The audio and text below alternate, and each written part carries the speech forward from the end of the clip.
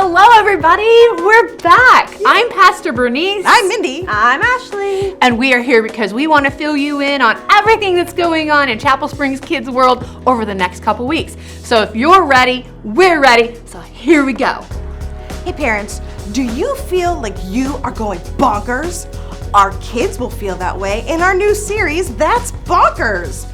Let's be honest, kids are all sorts of bonkers. They love acting a little crazy from time to time, and now they get to do it at church. In moderation, of course. During That's Bonkers, kids will get to play an off-the-wall game that lets them be their bonker selves while discovering the last part of the big Bible story. More than that, kids will hear how God is bonkers in love with us and wants to share His love with the world through the good news of Jesus. Quiet on the set. It's movie making time.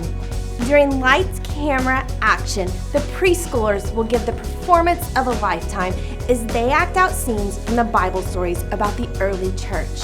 When shooting wrap-ups, they'll have discovered that the church is our supporting cast, but Jesus, He's the real star of the show. So parents, here's a tip for you. You know, love is patient, but do you ever find yourself being pulled and stretched by how much patience is needed to actually love your precious kiddos? Well, here are 3 ways to grow in patience as a parent. First off, notice your own triggers. When are you the most impatient? Is it morning time getting ready for school? Is it car rides before bed? When you're on your phone talking or just simply scrolling? Be aware of those times when you're often the most impatient. Second, think about times when you have displayed patience with your kids.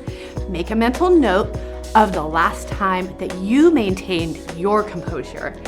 Your kid may have been doing something socially unacceptable or was behaving in a way that was kind of frustrating to you or willfully disobeying you. It does happen. Think about those times where you handled those difficult situations with patience. Now, I want you to put those 2 together to do the 3rd step, which is to build on your capacity for more patience. Come up with a plan for those times when you're the most likely to be impatient. Create some margin around those classically impatient times so that you can respond like you have in those times where you have been patient. It's always good to remember that being patient with our kids, it's about us. It's not about our kids.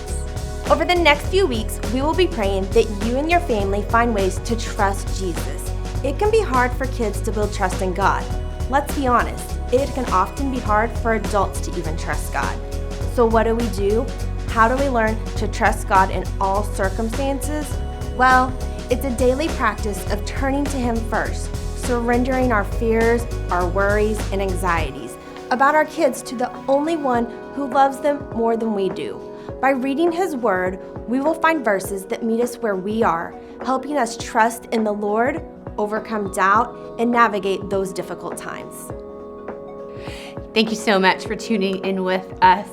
We are looking forward to spending the next month with your kiddos. Join us again next month for more news of what's happening in Kids World. We'll see you around. Bye!